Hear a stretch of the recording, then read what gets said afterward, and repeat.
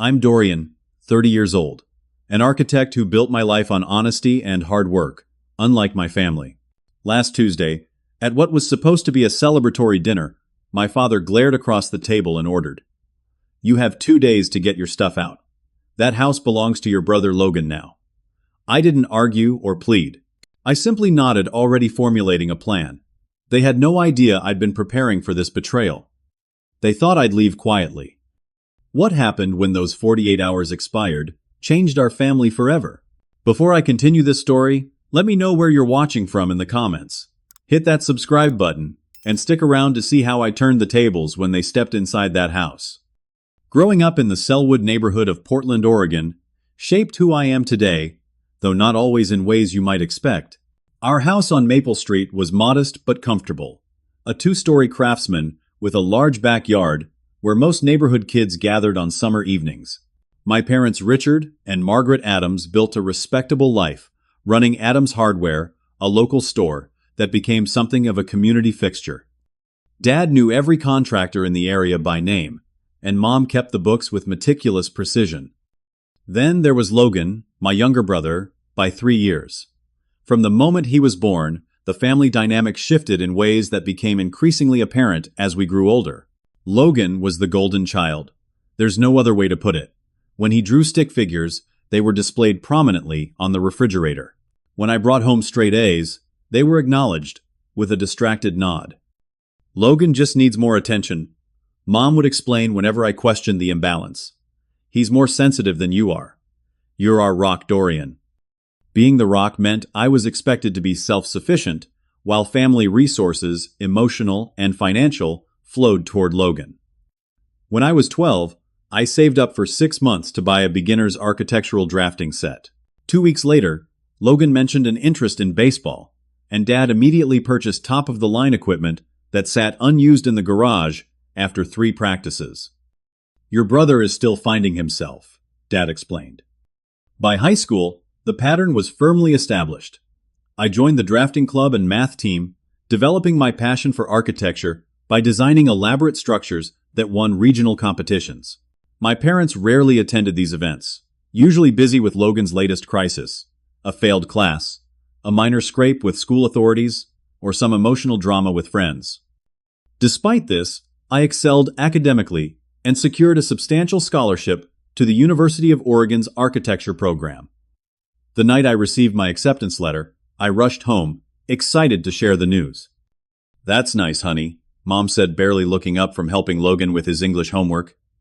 "Did you consider applying to Portland State instead? It would be cheaper, and you could live at home. Your brother might need your room when he starts college," Dad added, though we all knew Logan's academic trajectory made college unlikely.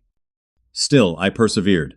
During college, I worked 20 hours weekly at the family hardware store, learning the business side while maintaining a 3.9 GPA.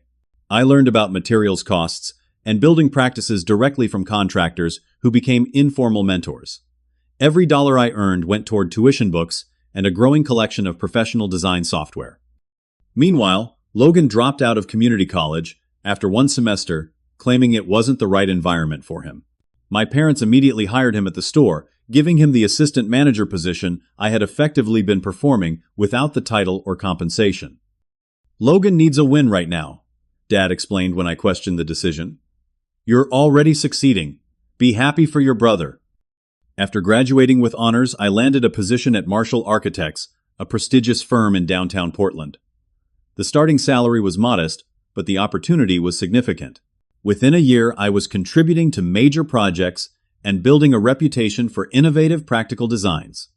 That same year, the recession hit, affecting the hardware business. Without hesitation, I sent money home each month to help my parents through the downturn. Logan, still living at home rent-free and working reduced hours at the store, purchased a new sports car. "He needs reliable transportation." Mom defended when I questioned the timing of such an expensive purchase. The family house itself was another point of contention. My grandparents had willed it to my parents with the understanding that it would eventually pass to me, the grandchild who had spent weekends helping Grandpa with maintenance and showing genuine interest in preserving the family home. "Someday, this place will be yours to care for." Grandpa told me shortly before he passed. I know you'll honor its history. Taking this responsibility seriously, I began investing my own money in maintaining and improving the property. I replaced the aging roof, upgraded the electrical system, and renovated the kitchen with high-end appliances and custom cabinetry I designed myself. Each improvement was made with my future ownership in mind, creating the home where I plan to eventually raise my own family. The most significant project was converting the detached garage into a home office where I could work on freelance architectural projects. I installed heated flooring, built-in shelving, and a custom drafting table. The space became my sanctuary, a physical manifestation of my future plans.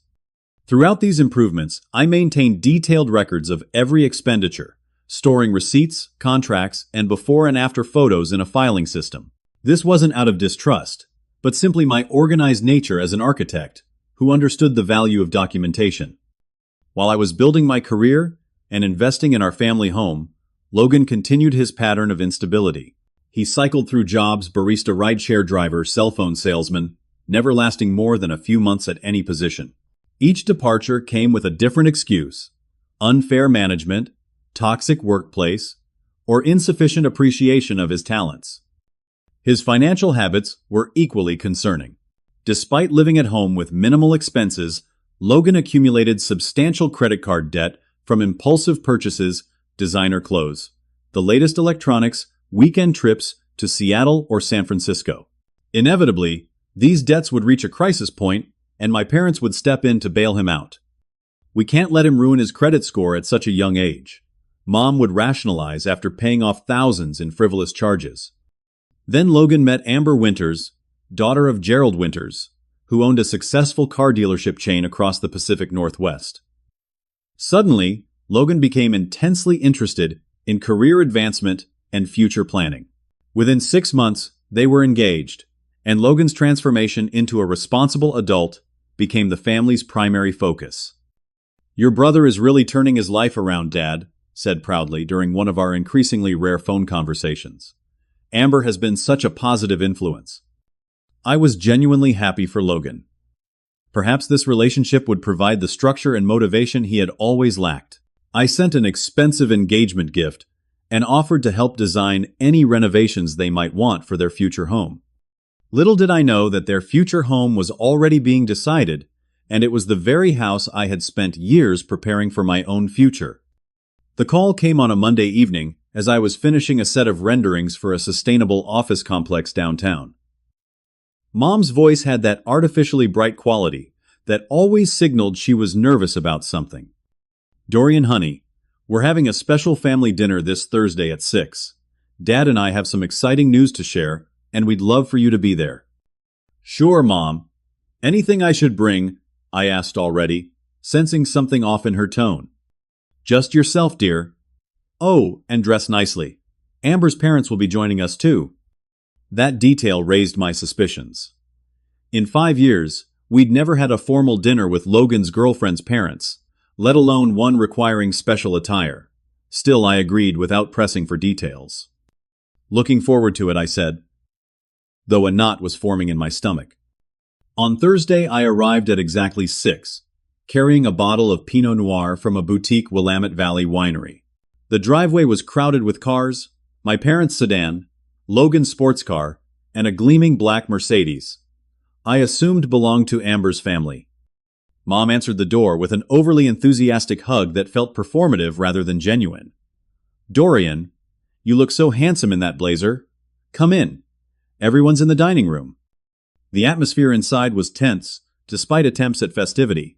A crystal chandelier I had installed last Christmas cast warm light over the walnut dining table I had restored. Fresh flowers formed an elaborate centerpiece, and Mom had brought out the good china typically reserved for Thanksgiving and Christmas. Dad stood to greet me with a firm handshake that stopped just short of warmth. Logan sat beside Amber, a slender blonde, whose diamond engagement ring caught the light with every gesture. Across from them sat an impeccably dressed couple in their 50s, who had to be Gerald and Patricia Winters. "Dorian, meet Amber's parents," Dad said, gesturing toward them. "Gerald, Patricia. This is our oldest Dorian. He's an architect with Marshall downtown." Gerald stood to shake my hand. Pleasure. Logan speaks highly of your drawings. Architectural designs I corrected gently. And the pleasure's mine. Dinner proceeded with uncomfortable small talk about weather traffic and local politics. I noticed my parents exchanging glances throughout the meal, while Logan seemed unable to make eye contact with me. Amber kept touching her engagement ring and whispering to her mother. As dessert was served, a store-bought cheesecake, rather than Mom's usual homemade pie, Dad cleared his throat and tapped his water glass with a spoon.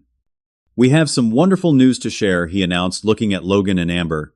As you know, these two lovebirds are planning their wedding for June. Patricia and Gerald have generously offered to host the reception at their country club. Murmurs of appreciation circled the table as Dad continued. Your mother and I wanted to do something special too. So, we've decided to give Logan and Amber the house as a wedding present. The room went silent. I felt as though the air had been sucked out of my lungs. What house, I asked, though. I already knew the answer. Dad's eyes narrowed slightly. This house, of course. Your grandparents' house. It's perfect for a young couple starting out, especially with that office space you built that Logan can use for his new position at Gerald's dealership. I looked at Logan, who was studying the tablecloth intently. Amber was beaming, already discussing color schemes with her mother, as if I weren't sitting right there. I don't understand, I said carefully. We've always talked about this house, staying in the family for me to... And it is staying in the family, Mom interjected quickly, with Logan and Amber. But what about all the work I've put into this place? The renovations, the improvements? Dad cut me off, his voice, taking on an edge I recognized from childhood confrontations. We appreciate the help you've given with the house, Dorian. But these improvements were for the family home, not your personal property. Richard, Mom cautioned softly, placing a hand on his arm. He ignored her, his face reddening as he continued. Logan and Amber need this fresh start. They're getting married, planning for children. You have your career, your downtown apartment. You don't need this place like they do. I looked around the table, taking in each face. Gerald and Patricia wore expressions of mild discomfort, but clearly supported the arrangement. Logan still wouldn't meet my gaze. Amber looked smugly triumphant. And when exactly is this transition supposed to happen? I asked, working to keep my voice steady. That's when Dad dropped the bomb that would change everything. We need to move quickly to get everything ready for their return from the honeymoon. You have 2 days to get your stuff out. That house belongs to your brother now. The bluntness of the statement struck like a physical blow. 30 years of being the responsible one, the dutiful son, the supportive brother, all dismissed in a single sentence. I simply nodded, placed my napkin beside my plate, and excused myself from the table. No dramatic outburst, no pleading or arguing, just quiet dignity as I processed what had just happened. In the hallway, I heard chair legs scrape against hardwood as someone followed me. It was Mom, her face etched with concern but not remorse. Honey, I know this is a surprise, she began, reaching for my arm. A surprise. Is that what we're calling this? I replied, stepping back from her touch. Logan and Amber need help starting their marriage off right. They don't have what you have: stability, savings, a successful career. And whose fault is that, Mom? Who paid off Logan's credit cards every time he maxed them out? Who gave him job after job that he quit whenever things got difficult? Who made excuses for him his entire life instead of teaching him responsibility? She flinched at my words but pressed on. This isn't about the past, Dorian. It's about what's best for the family now. What about all the money I've invested here? The new roof, the kitchen renovation, the heating system. We didn't ask you to do those things, Dad interrupted, joining us in the hallway. Those were your choices. This has always been our house to do with, as we please. And what I please is to give it to your brother, he continued, voice rising. I don't need to justify this decision to you. 2 days, Dorian. Get your personal belongings and be out by Saturday evening. I looked at both of them, these people who had raised me yet seemed incapable of seeing me. Fine, I said quietly. I'll be out in 48 hours. As I walked toward the door, I heard Amber's lilting voice from the dining room. I'm thinking sage green for the living room walls. That drafting office will make the perfect nursery. don't you think? I closed the front door behind me without slamming it, got into my car and drove away from the house I had lovingly maintained, for years the house that had just been stolen from me by my own family. The drive back to my downtown apartment was a blur. Portland's familiar streets passed by unnoticed as my mind replayed the dinner scene over and over. By the time I parked in my building's garage, a strange calm had settled over me. This wasn't the first time my family had chosen Logan over me, just the most blatant and costly example. I took the elevator to my 12th floor apartment, a minimalist space I designed with clean lines and open concept areas. It was stylish, but impersonal, a place to sleep, and occasionally work, not a home. The home I'd been creating was the craftsman house my grandparents had promised would be mine. Sitting at my drafting table by the floor, to ceiling windows overlooking the city lights, I opened my laptop and navigated to a password-protected folder labeled Family House. Inside were years of documentation, emails, receipts, photos, contracts, and legal notes. I'd created this archive not out of paranoia, but from the professional habit of documenting all project expenses and modifications. Behind that folder was another labeled simply Contingency Plan. I'd started it 6 months earlier when I overheard Mom and Dad discussing Logan and Amber's future living arrangements during a family barbecue. Their conversation hadn't explicitly mentioned giving them the house, but something in their tone had triggered my architect's instinct for spotting structural weaknesses. The contingency plan was comprehensive legal ownership research, detailed inventory of my personal property and improvements, contact information for specialized contractors, and a step-by-step protocol for extracting my investments from the property if necessary. I'd created it, hoping never to use it, filing it away like an emergency evacuation plan you develop while praying the disaster never comes. Now the disaster had arrived, and I was surprisingly prepared. I slept little that night, my mind calculating and recalculating the value of everything I'd put into the house over the years. By dawn, I'd moved from shock to resolute determination. I showered dressed in work clothes rather than my usual office attire and made 3 phone calls before finishing my first cup of coffee. The first was to Marcus Reynolds, my boss, at the architectural firm. Family emergency, I explained. Need 2 personal days. Take whatever time you need, Marcus replied. The Bennett project isn't due until next Wednesday anyway. The second call was to Jessica Chen, a law school friend who specialized in property and inheritance law. I need a legal consult today. Family property dispute. I have documentation. 9 o'clock at my office, she responded. Bring everything you've got. The third call was to Michael Hargrove at Portland Property Appraisals. Need an expedited assessment of improvements to a residential property. Today, if possible. For you, Dorian, I can be there at 11. By 8:30, I was parked outside the family house with a notebook and digital camera. I systematically photographed every improvement I'd made, from the slate roof to the custom kitchen cabinets to the heated bathroom floors. Each photo was time-stamped and labeled in my documentation app. Jessica's office was in a converted Victorian in the Pearl District. She listened carefully as I outlined the situation, occasionally nodding as she reviewed the documents I'd brought. You've been remarkably thorough, she said, examining receipts for the kitchen renovation. Most people don't document personal contributions to family property this meticulously. I'm an architect, I shrugged. Documentation is second nature. She tapped a pen against her legal pad. Here's where we stand.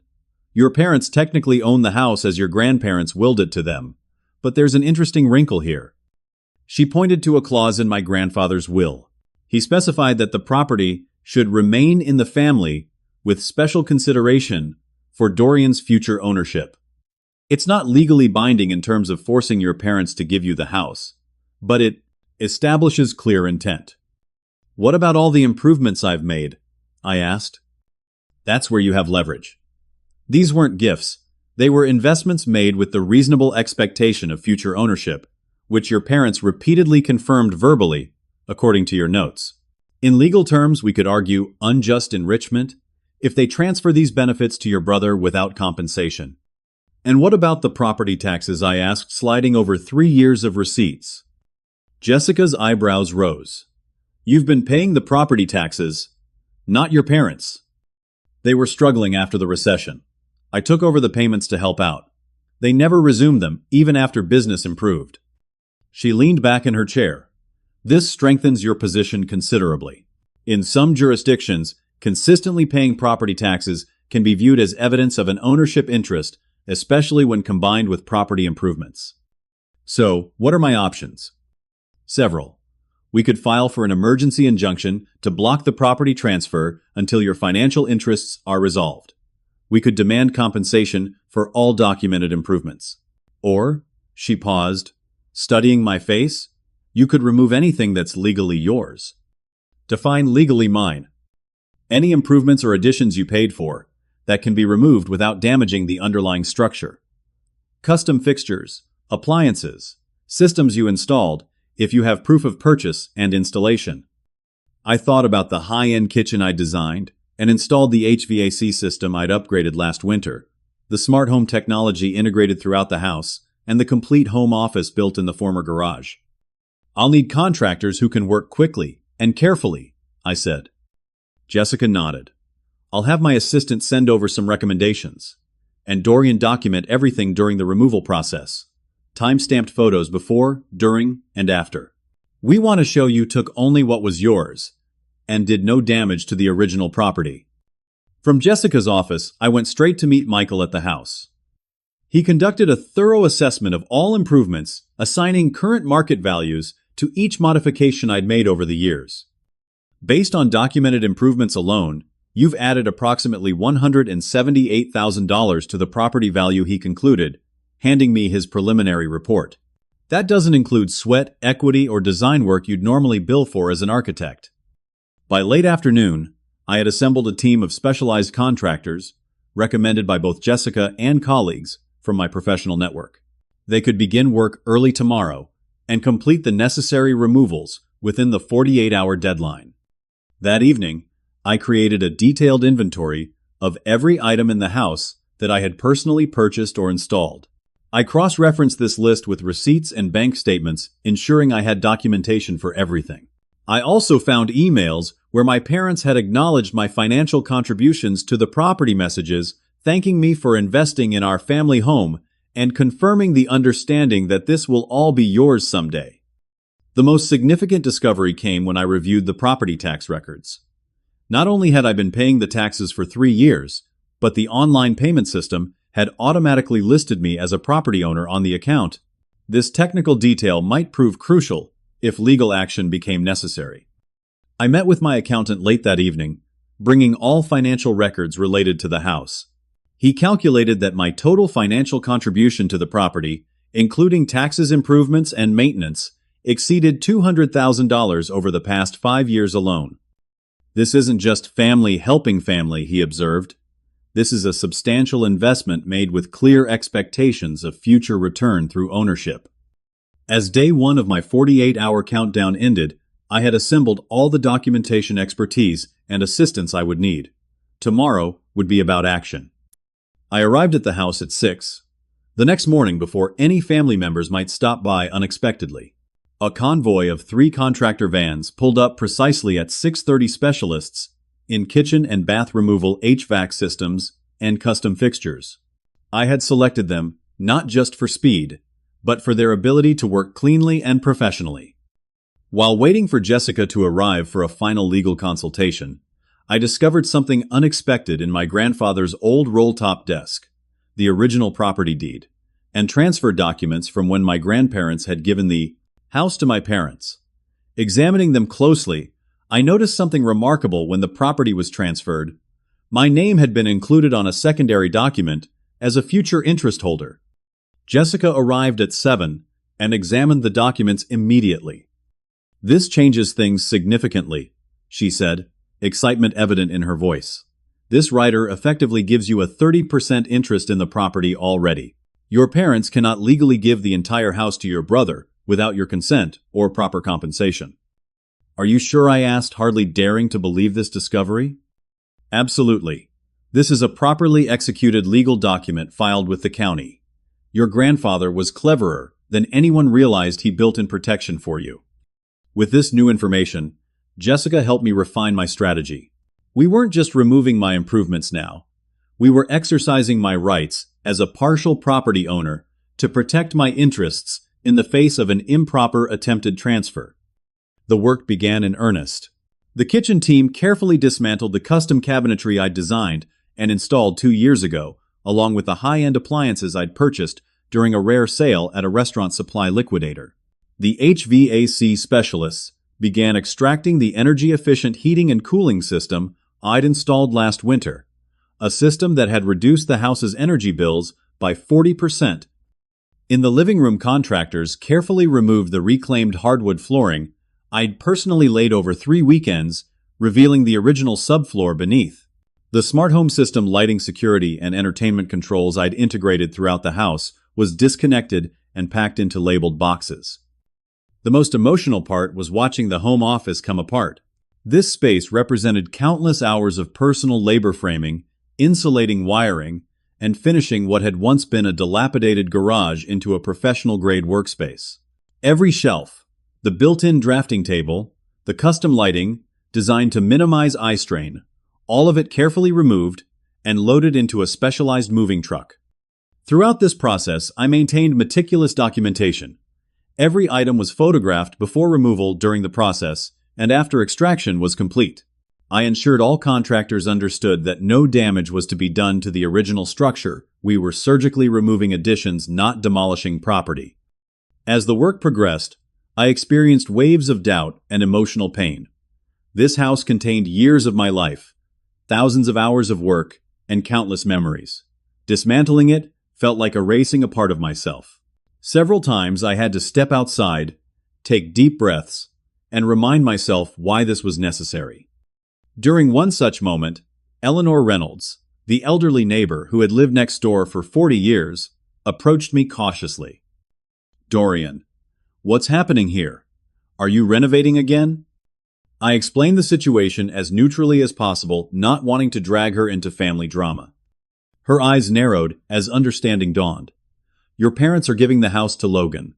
After everything you've done here?" "It appears so," I replied. She shook her head. "That's not right. Your grandfather would be heartbroken. He always said this place was meant for you." Her validation provided unexpected emotional support during a difficult day. By mid-afternoon, my phone began buzzing with missed calls and text messages. My father had apparently driven by and seen the contractor vans. His voicemail was predictably furious. "What the hell do you think you're doing? Stop whatever this is immediately. This is our house." I didn't respond. There would be time for explanations later. Logan's texts showed more confusion than anger. "Dude, what's going on at the house? Dad's freaking out. Are you taking stuff?" Again, I chose not to engage. Conversations now would only derail the process. As evening approached on the second day, the work was nearly complete. The house had been methodically returned to its state before my improvements. Functional, but basic.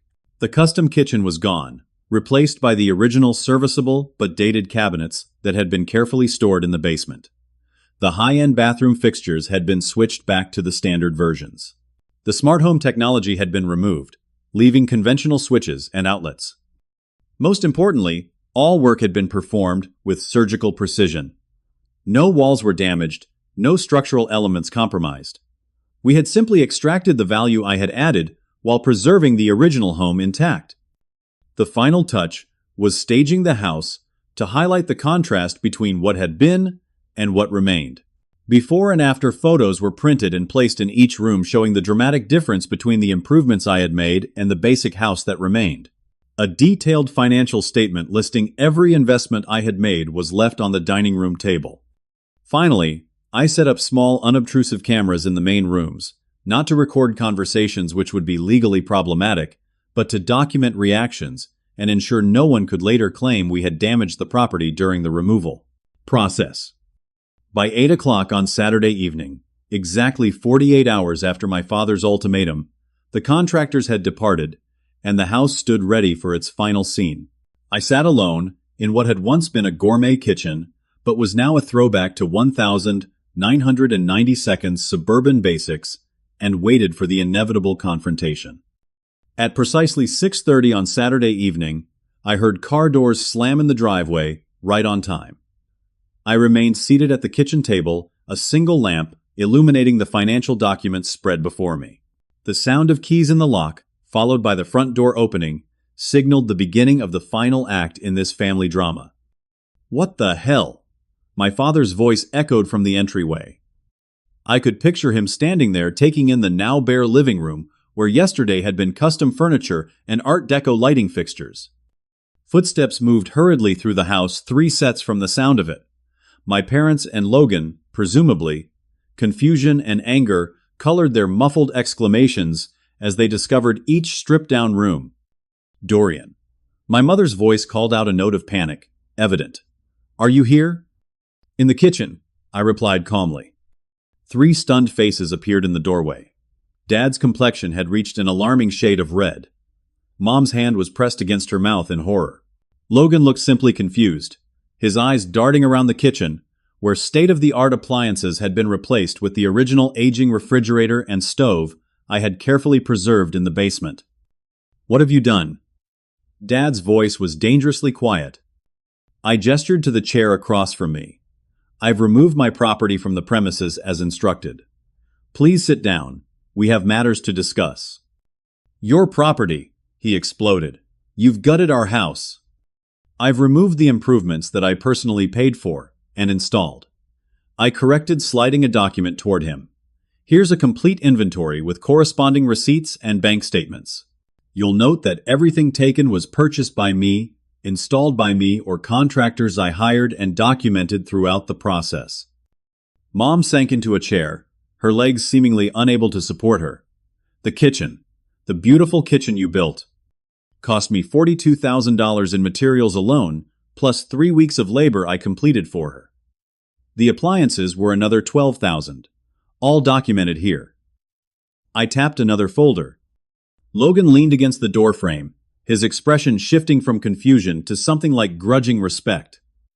"You really did all this in 2 days?" "48 hours as requested," I replied. "I'm nothing if not punctual." Dad remained standing, fists clenched at his sides. "This is vandalism, destruction of property. I'll have you arrested." "That would be ill-advised," I said, maintaining my composure. "I've documented the entire removal process. Nothing was damaged, only removed. And legally speaking, much of it was mine to remove." I extracted another document from my folder. "But more importantly, you should review this before making threats." He snatched the paper, scanning it with growing confusion. "What is this? Legal mumbo-jumbo." "That's the original property transfer document from Grandpa. You might notice the rider on page 3 that grants me a 30% ownership interest in this property. Jessica, my attorney, can explain the implications, if you're unclear." On cue, the doorbell rang. Logan, closest to the entryway, opened it to reveal Jessica, standing on the porch, briefcase in hand. "Perfect timing," I called out. "Please join us." As Jessica entered the kitchen, Dad's face shifted from anger to uncertainty. The presence of a legal professional suddenly made this more than a family squabble. "Mr. and Mrs. Adams. I'm Jessica Chen, property law specialist," she introduced herself with professional courtesy. "I've been advising Dorian regarding his legal interests in this property. This is our house." Dad insisted, though his voice had lost some conviction. "My parents gave it to us." With conditions, Jessica corrected, gently opening her briefcase and extracting copies of the documents I had discovered. "This rider specifically preserves an ownership interest for Dorian. Additionally, he has been paying the property taxes for the past 3 years and has made substantial improvements to the property with the understanding he would eventually take ownership." "We never promised," Dad began. "Actually, you did," I interrupted, sliding printed copies of emails across the table. "Multiple times in writing. All this will be yours someday. We're so grateful you're investing in your future home. Your words, not mine." Mom was reading through the documents, her expression increasingly distressed. "Richard, this looks legitimate. Did you ever actually read all the paperwork when your parents transferred the house?" Before he could answer, another car pulled into the driveway. Moments later, Amber appeared at the door with her parents close behind. "Logan, what's going on?" "Your mom called saying there was some problem with..." She stopped mid-sentence, taking in the stripped-down kitchen. What happened to all the gorgeous stuff that was here yesterday? Gerald Winters stepped forward, his business instincts immediately assessing the situation. Appears we've walked into a family dispute of some kind. Perhaps we should come back another time. No need, I said, standing to greet them. This concerns you as well, since you're potentially investing in property with significant legal complications. Amber's eyes widened as she moved through the house, her voice rising in dismay. The fancy bathroom is gone. And what happened to the beautiful floors, Logan? You said this house was completely renovated. It was, Logan replied weakly. Until about 48 hours ago. Gerald Winters, ever. The businessman immediately grasped the situation. I think we all need to sit down and discuss this rationally.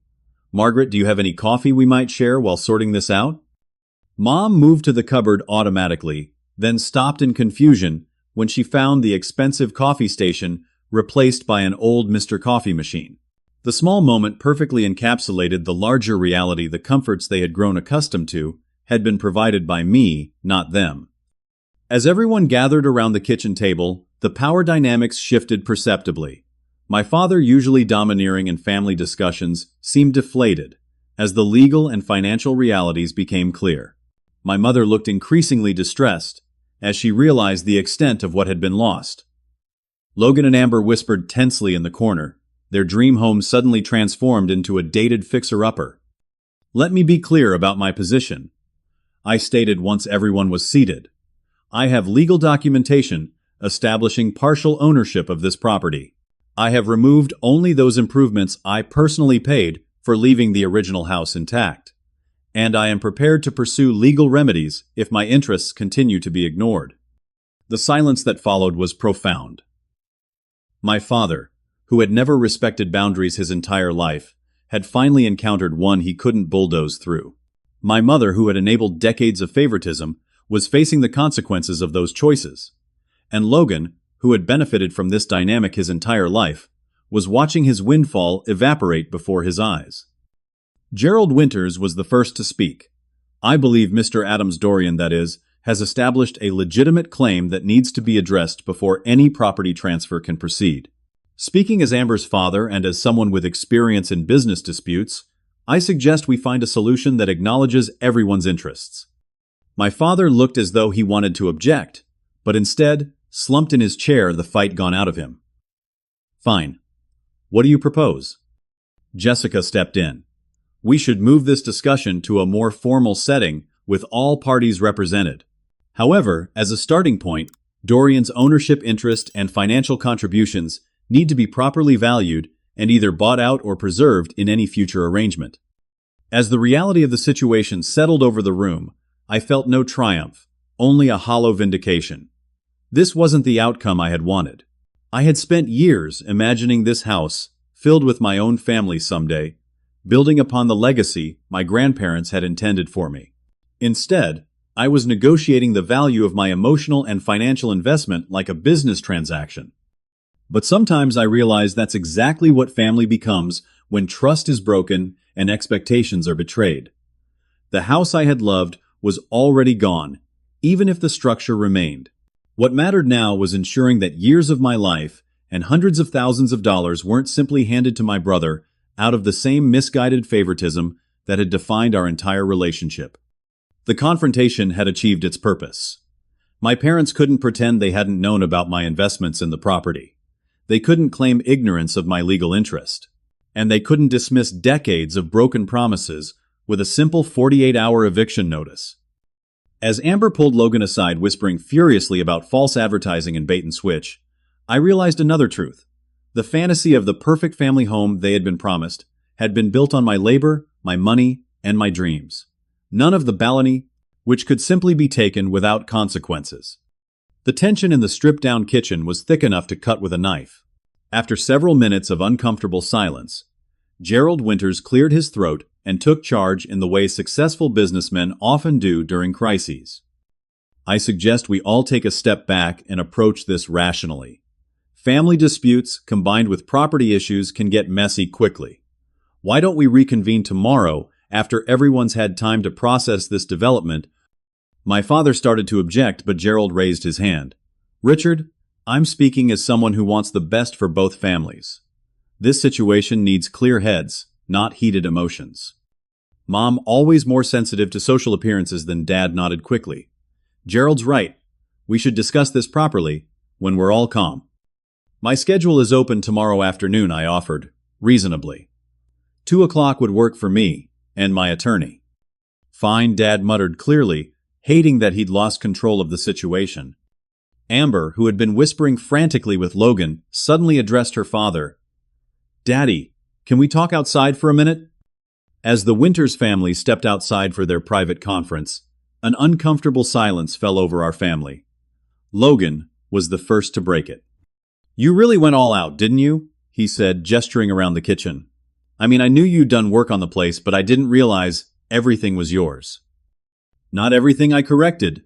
Just all the improvements that made this place worth giving away as a wedding present. Mom flinched at that. Dorian, that's not fair. Isn't it? I countered calmly. When was the last time either of you paid for a home repair or upgrade? The roof, the electrical system, the plumbing, the kitchen, the bathrooms, all me. For years. We never asked you to, Dad began. Yes, you did, I interrupted.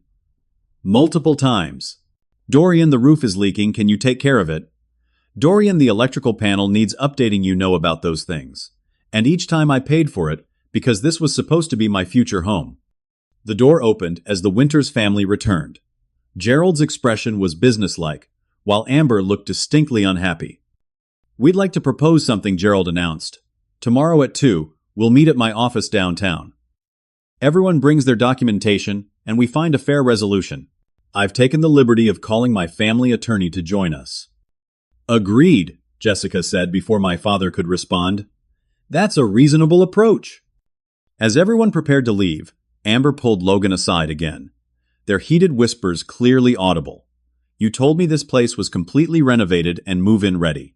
Now, it's basically a teardown. It wasn't like this yesterday, Logan protested weakly. Dorian took everything. Not everything I corrected from across the room, only what I paid for. There's an important distinction. The meeting the following afternoon at Gerald Winters' impressive downtown office suite was a stark contrast to the previous evening's confrontation. The conference room featured floor-to-ceiling windows overlooking the Willamette River, plush leather chairs, and a sense of formality that seemed to temper everyone's emotions. Gerald sat at the head of the table with his attorney to his right and Amber to his left. My parents sat together opposite Amber with Logan beside them, looking uncomfortable in a borrowed suit. Jessica and I completed the circle, our documentation neatly organized in labeled folders. Thank you all for coming. Gerald began with practiced diplomacy. I believe we all share the goal of resolving this situation fairly and without protracted legal battles that would only harm both families. He nodded to me. Dorian, would you outline your position first, so we're all working from the same understanding? I opened my folder and distributed copies of a summary document Jessica had helped prepare. My position is straightforward. First, I have legal documentation establishing that I already own 30% of the property through my grandfather's rider to the original deed. Second, I have invested over $200,000 in improvements and maintenance over the past 5 years, with the explicit understanding that the house would eventually be mine. Third, I have been paying the property taxes for 3 years, which further establishes my ownership interest. I paused to let this sink in. I've removed the improvements I paid for, but my ownership stake remains. Any attempt to transfer the property to Logan without addressing my interest would be legally problematic. Gerald turned to my father. Richard, what's your response to these claims? Dad shifted uncomfortably. We didn't know about the 30% ownership thing. My father never mentioned that rider when he transferred the property. But you don't dispute its existence, Gerald pressed. No, Dad admitted reluctantly. It appears to be legitimate. And the improvements? The tax payments? Mom answered before Dad could. Dorian did make many improvements to the house. We may have taken that for granted. And yes, he has been paying the property taxes. Gerald nodded, then turned to Logan. And you, Logan, what are your thoughts on this situation? Logan looked surprised to be addressed directly. I honestly didn't know about any of this. I didn't realize how much work Dorian had put into the place. No one told me about his ownership stake. This simple acknowledgement that Logan had been as uninformed as he was undeserving was surprisingly vindicating. Gerald steepled his fingers. Based on what I'm hearing, it seems there are legitimate competing interests that need to be reconciled. I'd like to propose 3 potential resolutions for consideration. He outlined the options clearly. First, the house could be sold at market value with proceeds divided according to ownership interests and investments. Second, one party could buy out the other's interest at a fair valuation. Third, a new arrangement could be created that preserved everyone's interests while allowing for a path forward. What followed was 3 hours of negotiation, financial analysis, and occasional emotional outbursts. My mother cried twice. My father stormed out once, only to return 10 minutes later looking defeated. Logan and Amber whispered tensely throughout. As the discussions progressed, an unexpected truth emerged. Logan admitted he had never actually wanted the house. I felt pressured, he confessed, during a surprisingly candid moment. Dad kept saying it was the perfect wedding gift, and Amber's parents were offering all these other things, and I felt like I needed to act excited about it. Amber looked stricken. You never told me that. I didn't want to disappoint anyone, Logan said weakly. This revelation shifted the conversation dramatically. Mom admitted she had opposed the plan from the beginning. I knew how much work Dorian had put in, she said, avoiding my gaze. But your father insisted it was the right thing for Logan's future. Dad, cornered by these admissions, finally acknowledged what had driven his decision. Logan needs this opportunity. He doesn't have what Dorian has: success-saving stability. This house would give him a foundation. At my expense, I pointed out. You can afford it, he snapped back, revealing the core assumption that had justified his actions. Gerald, ever the mediator, steered the conversation back to solutions. It seems to me that we have a situation where the original plan doesn't actually serve anyone's true interests. Perhaps we need to reconsider from first principles. What emerged from this reset was unexpected. Amber's father made a surprising proposal. As a wedding gift, Patricia and I were planning to provide a down payment for a house after the newlyweds returned from their honeymoon. Instead, what if we directed that investment toward a different property, perhaps a condo downtown, that would better suit Logan and Amber's lifestyle? Logan looked up with genuine interest for the first time. Downtown, near the restaurants and everything. Amber, initially resistant, gradually warmed to the idea.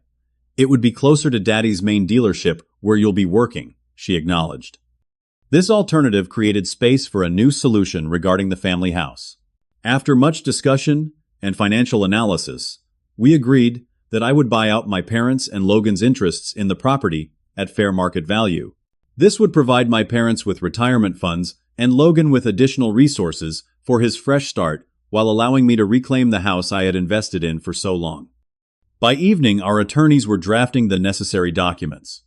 The agreement included specific timelines, payment terms, and releases of claims that would prevent future disputes.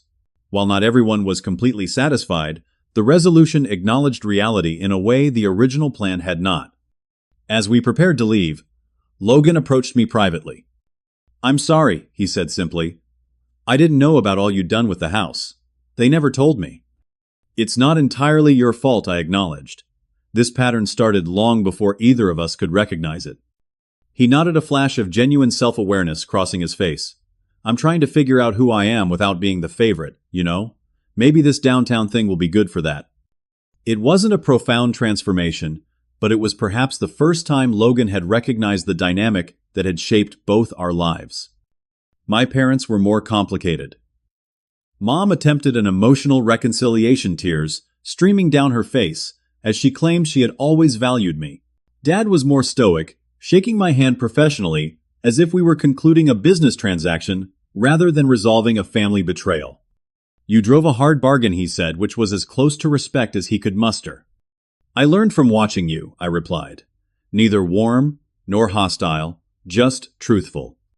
As everyone departed Gerald's office, I felt emotionally exhausted, but vindicated.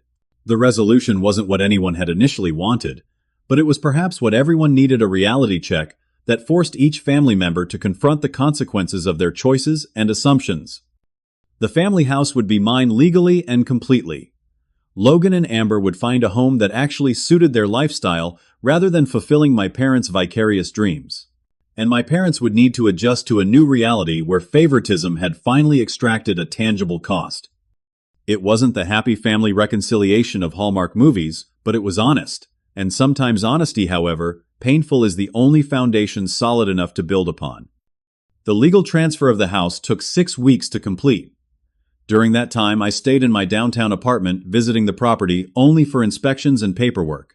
My parents moved most of their belongings to the retirement condo they had purchased with part of the buyout funds. Logan and Amber, with financial assistance from her parents, secured a modern loft in the Pearl District, closer to the nightlife they enjoyed and the dealership where Logan would be working. When I finally received the keys, now as the sole legal owner, I stood in the empty living room experiencing a complex mix of emotions. This house represented both vindication and loss. I had secured my rightful ownership, but at the cost of family relationships, and with the physical space stripped of all the improvements that had made it special. Rebuilding would be a significant undertaking. The first weekend, I invited several colleagues from my architectural firm to help begin the process. We started with the home office framing, insulating, and running new electrical lines. There was something cathartic about reconstructing what had been dismantled, this time with absolute certainty of ownership. Over the following months, I systematically restored and improved each room. Some elements I reinstalled, exactly as before: the custom kitchen cabinets, the heated bathroom floors. Others I redesigned, taking the opportunity to implement new ideas I developed since the original renovations.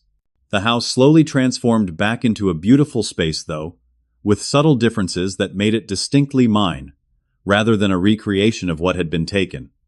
Throughout this physical reconstruction, I also focused on my emotional rebuilding. On the recommendation of a colleague, I began seeing Dr. Catherine Walsh, a therapist specializing in family trauma.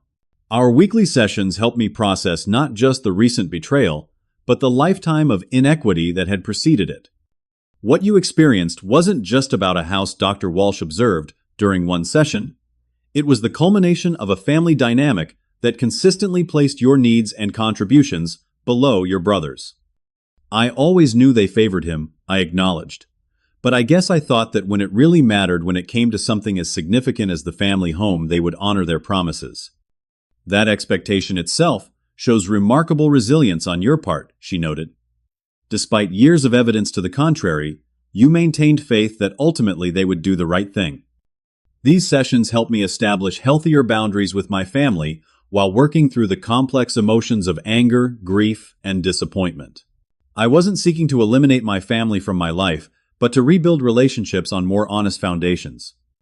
Professionally, the entire experience had an unexpected positive impact. The challenge of completely reimagining and reconstructing my home sharpened my architectural skills. Several of the innovative solutions I developed during the renovation process attracted attention when featured in a local design magazine. This led to new client opportunities, specifically requesting the blend of functionality and restoration that had become my signature approach. Marcus, my boss, called me into his office 6 months after the family confrontation. "The work you've been doing since that family crisis has been exceptional," he noted. "There's a depth and authenticity to your designs that wasn't there before. Whatever you went through, it's translated into your professional work." He was right. Standing up for myself, protecting my investments, and asserting my worth had shifted something fundamental in how I approached both my personal and professional life. 3 months after taking ownership of the house, I received an unexpected text from Logan asking if we could meet for coffee. We chose a neutral location, a cafe, halfway between his downtown loft and my Selwood neighborhood.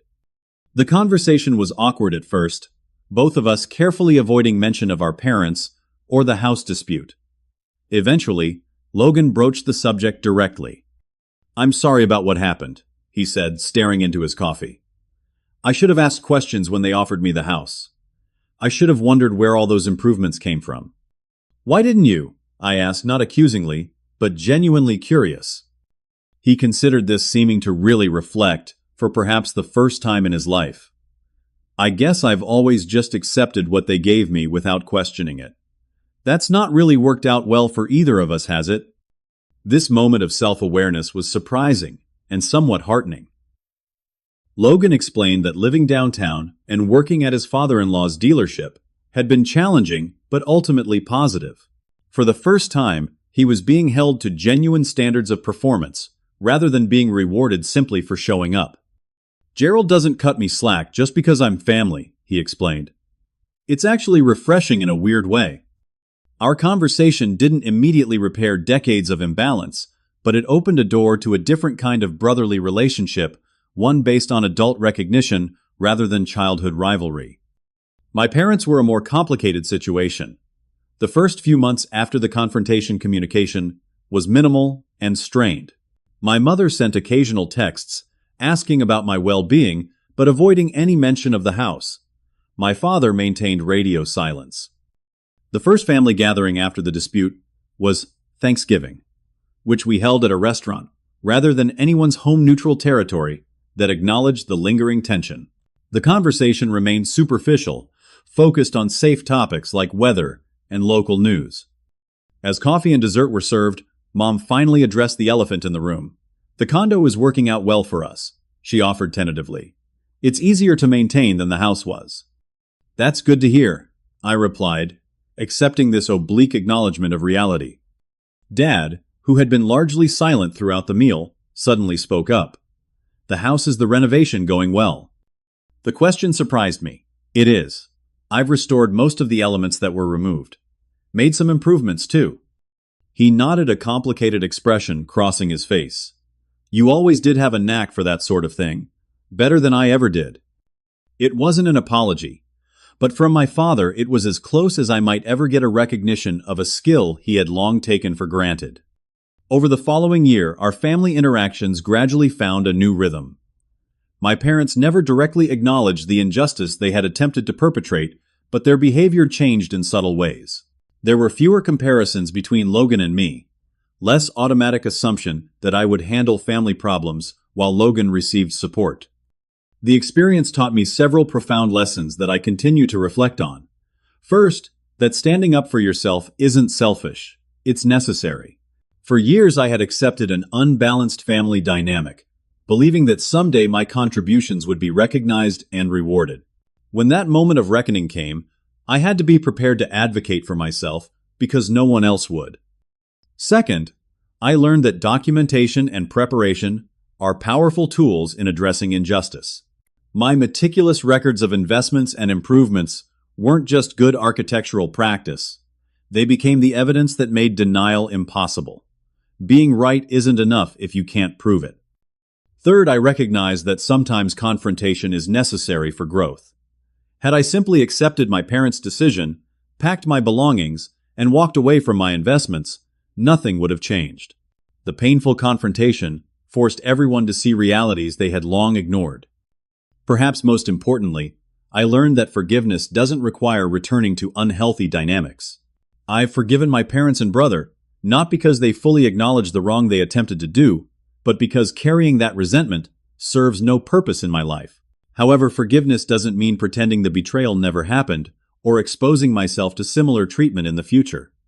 Today, sitting in my restored home office overlooking the garden my grandfather planted decades ago, I can look at family photos with a complex but peaceful perspective. We are flawed people with a complicated history. The relationships have been permanently altered, but not ended, reshaped into something more honest, if less idyllic. For anyone facing similar family betrayals or long-standing inequities, I would offer this hard-won wisdom. Your worth isn't determined by how others treat you, but you must be prepared to stand up for that worth when it matters most. Document everything, know your legal rights, and be prepared to enforce boundaries even when it's painful. The family we're born into shapes us, but the family we choose, whether blood relatives or friends who become family, sustains us. Building those chosen connections on foundations of mutual respect and genuine care has been the most healing aspect of my journey. Have you ever had to stand up to family members who took you for granted? How did you handle that difficult conversation? Share your experience in the comments below. If this story resonated with you, please hit the like button and subscribe to hear more real-life experiences about setting boundaries and reclaiming your worth. Thank you for listening to my journey. May it help you navigate your own path with courage and self-respect.